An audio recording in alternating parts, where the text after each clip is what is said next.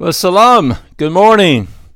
It's good to be with you by way of video. Sorry I couldn't be on Skype. Sorry I couldn't be there with you. I want to start off by saying that this class is basically an introduction to leadership or leadership skills, because leadership is such a broad topic. There are volumes and volumes of books and literature and ideologies and models of leadership out there. But what we want to do in this brief time together is I want to share some of my experiences with you.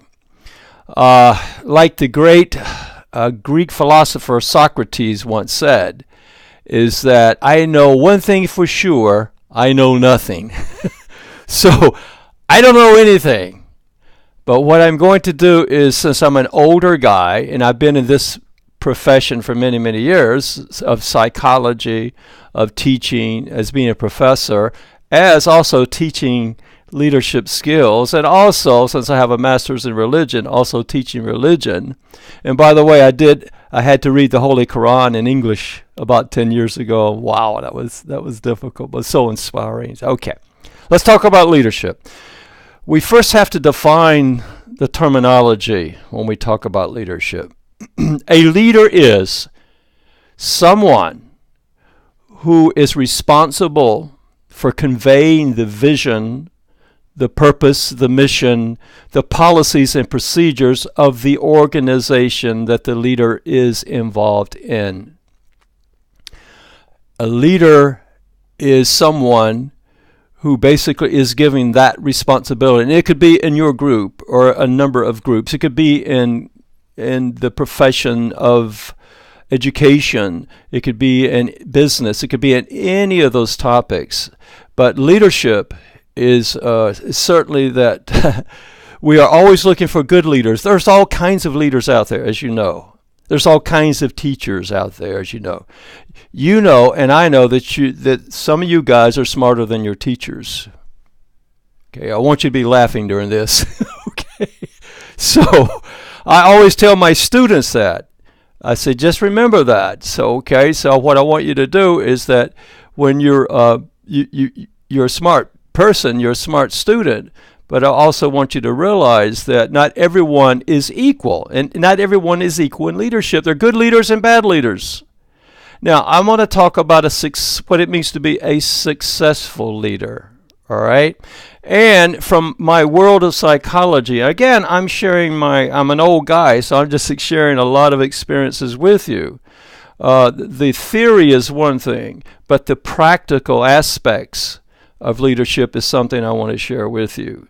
The practical aspects of that. And that can come from one's experience. So, leadership. If you can just remember a couple things about a leader. If you can remember a couple of these concepts, then you're doing well. All right, first of all, a leader is someone who must remain calm. That's not easy. When everybody is losing their head, when everyone's anxious, when everyone seems to be emotional about some issue, the leader must remain calm. The leader must maintain a non-anxious presence. Let me say that again. The leader must maintain a non-anxious presence. That's not easy either. So the leader has to at all times be aware of his or her emotions. The leader at all times must be aware of his or her strengths and weaknesses. So the leader must first be calm. The leader must be a communicator. So calmness, non-anxious presence, communication. Boy. Communication is a lifelong process. Some people communicate better than others, but a leader must communicate how he or she feels about a particular assignment or a mission or a particular thing that they're sharing with you. The leader must be aware of his or herself. Again, his or her strengths and weaknesses, and the style of communication that the person has. the style of communication that the person has. The leader must be able to listen well. There has to be the basic communication skills that you've heard about for so long. The listening is so important. Now, it depends on your personality. Extroverts, outgoing, social people talk a lot. They talk a lot. So their task is to learn how to listen more. They're very quiet. They're very shy people that sometimes you don't even notice in the room. They're so quiet. Well, the shy people have to learn how to communicate and speak up a little bit more. So one thing about the style, for instance, if you're a quiet, shy person, more of an introverted person, you can still be a great leader. You just have to be aware of the fact that you're listening and observing everybody in the room, and you're feeling everything in the room. So you have to be aware of your own style of communication, to be aware that there's others who are different, who have different personalities. So if you're a leader, you have to be aware of all personalities as well. Let's back up. A leader must be calm. A leader must be aware of his or her strengths and weaknesses, must reflect on the personality that the leader must be aware of his or herself. We call that differentiation. So calmness and differentiation. Calmness, again, non-anxious present. Differentiation means to be able, the leader must know his or herself really, really well, to know his or her belief systems, their way of communicating, things that make them angry, trigger points that get them upset or that excite them. So the leader must be a communicator. For instance, if the leader has a group of people and the leader has had a bad morning, or the leader is angry about something or upset or emotional, the leader must communicate to the group, because the group knows it from your nonverbal cues, from your mannerisms, that something is going on with you. So the leader must be able to be a good listener, a good speaker, and be able to assess their people. So calmness, differentiation, again, that's a tough term. You can Google that. But it just means to be able to know oneself, to differentiate oneself, to know yourself very, very well, to be able to speak and express how you feel, to be able to express your thoughts, your beliefs, and again, you have to be aware of all of the vision and the mission statement of the organization that you're involved with. To be able to convey and express the mission is so important for the leader, because if you don't do that, then you're not doing your job in any setting. Okay, so let's move on from there. So basically, when we talk about leadership, you must convey to the people that you're leading that you care about them. You must, if you want to be successful. Leaders come and go. Leaders get fired. There are good and bad leaders. And we're talking about leadership and success. And we coined that term together. A successful leader is one who is doing the things that I'm talking about now. That's a successful. For instance, I've been a leader before, and I've managed people before, managed other counselors and other psychologists.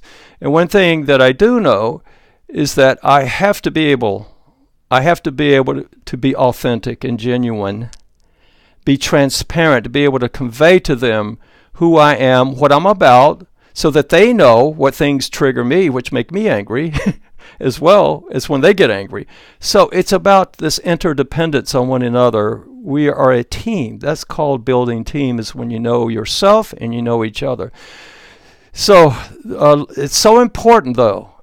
It's so important to have compassion and kindness for the people that you are leading. Because if you don't, after a while, you're going to be a leader but no followers.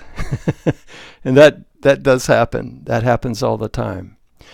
So leadership is a broad topic, but I'm just sharing with you the essence of what it means to be a good leader. You have to remain calm and non-anxious. You have to be aware of yourself, Be able to express your views and your belief systems, and that's the differentiation piece I'm talking about. You have to care for your employees or the people you lead. You have to show compassion. And trust me, when you make a mistake as a leader, and you will, if your people know that you care about them, that you have compassion for them and really care about them, they will go a long way with you in your mistakes. They will forgive you in your mistakes. Trust me with that statement, because I've seen leaders come and go. And the most successful ones are the ones that are able to have those attributes that I'm trying to share with you today. And, okay, so I want to also touch on, so that's, again, in a nutshell, what it actually takes to be a good leader. You obviously have to know the subject. You have to know your job. You have to know your mission. You have to know what you have to express to your troops. Sorry about that. My first job as a leader was a U.S. soldier when I was a young man, so I always say troops. Sorry about that. You're not troops, sorry. Students or employees. Okay, so basically, you have to remain calm, non-anxious presence. You have to differentiate. In other words, know yourself, reflect on yourself, know you better than anyone. And I know it sounds like it's a goofy statement, but there are a lot of people who don't even know themselves. They can work outside their heads out here, but know nothing about themselves, and that's unfortunate.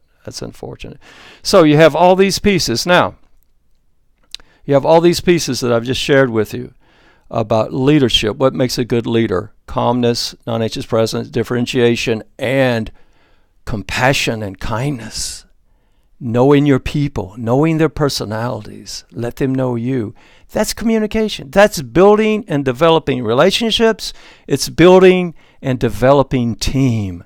That's what makes a successful individual leader and a successful team. So, just in a nutshell, I just want to share with you.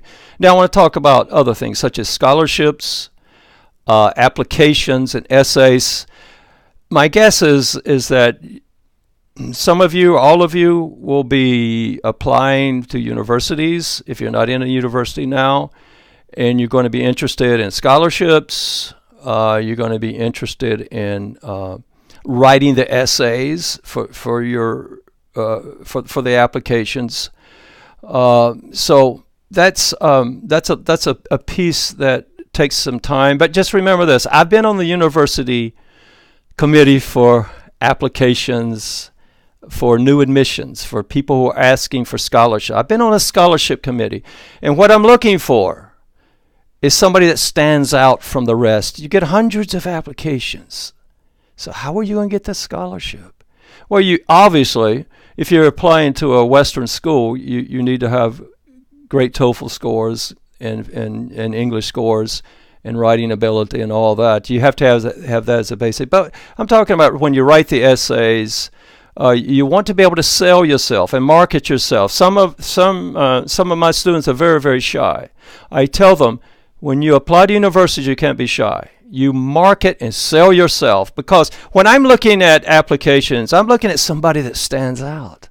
I say, oh, this person has done a lot of volunteer work, has attended a lot of conferences, knows what he or she wants, writing this application stating that, okay, I want to attend your university because I've heard it was a great place. I heard it was a scholarly place. I heard it was one of the top schools in the country. Or I want to specifically study political science because I want to do some specific things for my country. Now, here's what I see a lot.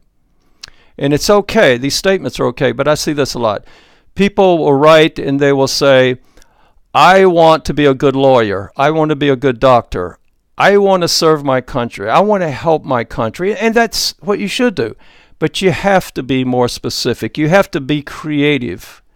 You have to have critical thinking and think out of the box a little bit and say, okay, what can I say that's going to make that admissions person remember me?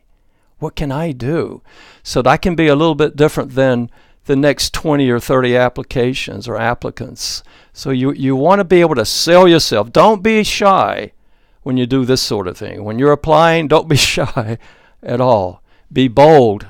and go after, create what you want to see. That's helping create your future, is being a part of that process and saying, okay, these are my gifts. These are my skills that Allah created me with. Now I'm going to let my light shine on this application. I'm going to let my light shine because I was created by Allah for these things, and these are my skills. Okay. All right. Now another piece I want to talk about is about balance. This is a psychological piece I want to share with you. I have students all over the world. I have really bright students. I have good students. I have average students. The students that succeed, I would say, and I want to say this. Let me use an example. I have a student who's in the United States, and all of these students are Afghan, by the way. All of these students are Afghan. And most are girls. Since I was a tutor at the School of Leadership in Kabul, they were all girls, so most of them are girls. So here's the point. I had one of my brightest students was not successful in the U.S. Not successful. Why? Academically? No, she did fine. Her problem is that she did not have a balance of study and play. Study and relaxation. She didn't have a balance. Her goal, and many of us do this, her goal was to achieve perfection. And perfection is an illusion. It's not real. Perfection is not only Allah is perfect. So we're down here. When we try to be perfect, we can achieve excellence, but perfection is just being driven towards something that's not even real. And it's never enough. It's never enough. So this person is never happy. It's never enough that she had the A, but she said, I could have the A plus. I could, and that's good that you strive for excellence, but her problem is lack of balance. Study, work all the time. No play, no balance, no music, no relaxation, no art, no having fun. And so she burned out in the United States. Why? Because she didn't have the psychological presence of balance. My best students, and it doesn't matter if you're number one position. I've got students at probably a 10, 12 position, but they're always smart. So what they learned to be better students in the university is the balance. They already had the play. They could play really well, and they could do all these things. So they had to learn some daily habits of how to study. And that can be another video, by the way. How to study. How do you study? And how do you reach the balance that we're talking about? So I wanted to mention that here in closing because I think that, all you guys, I've been working, Afghan students for many, many years. I love you guys. And I'm like a father or grandfather to many of them. So I've learned the cultures. I've learned a lot about Afghan people, and my students learn about me. So we make a pretty good team together. So, but my point is that just do your best. Just do your best. Don't try to be perfect. Just do your best. And you're going to make mistakes. You're going to fail at things. You're going to be rejected a lot in life. That's just the way it happens. But it's not personal. Don't take these things personally. Don't take them personally and get all upset and cry and weep and weep. I had a student who didn't get into her dream university. So we talked about that, and I told her, I said, okay, you be sad for 2 or 3 days. You cry. We can talk more about it.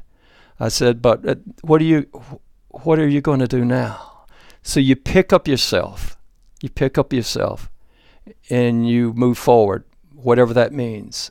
You move forward. A lot of things that happen in life have to do with luck, being in the right place at the right time. It has to do with networking, knowing certain people help you at the right times.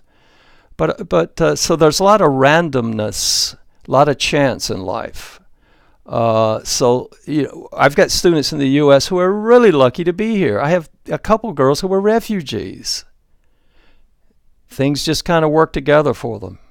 But anyhow, I don't want to go in too much detail about this, but I want you to understand that in order to be the best student and the best person, that you can and that you were created to be by Allah. Keep that balance of play and music and working hard. Working smart, I call it. When you keep balance, it's working smart. I have girls that work so hard, but I tell them, I say, when's the last time did you exercise? When did you get oxygen to your brain so your brain can relax? Because your brain thinks you're in trouble when you're anxious and stressed out. And everybody gets stressed out. If you live in Afghanistan, every day is stress. You know, when I go over there every year to Kabul, wherever I go, you know, I'm a foreigner, so, you know, I'm always thinking, I have to be careful. You know, I have to really be careful. But you guys do it every day, and you live in stress. So be aware of the stress. Get your exercise in. Eat well. Drink lots of water. You can drink lots of tea, but drink lots of water as well. Eat the right foods. In other words, feed your brain, and your brain will be good to you. Feed your brain, and your brain will be good to you. That's another video that I'm getting into now. So I just wanted to, this is about 21 minutes, so I wanted to share with you, because what you're going to hear from this video is probably, you'll hear about 10% of it. But I want you to have some key phrases here, some key words. Balance. Balance in your life. Balance in your life. Calmness. Non-anxious presence. If you talk a lot, listen more. And if you're quiet, if you're quiet and shy, just learn to speak up a little bit more. You have to be who your personality. You have to be that personality, because you're predisposed to that personality when you're 5 or 6 years old. So you don't want to change who you are. I just want you to learn about who you are so you can communicate better to others about who you are. Okay, so that's enough of me talking. So good to be with you by way of video, and I look forward to maybe hearing some comments or any concerns that you may have.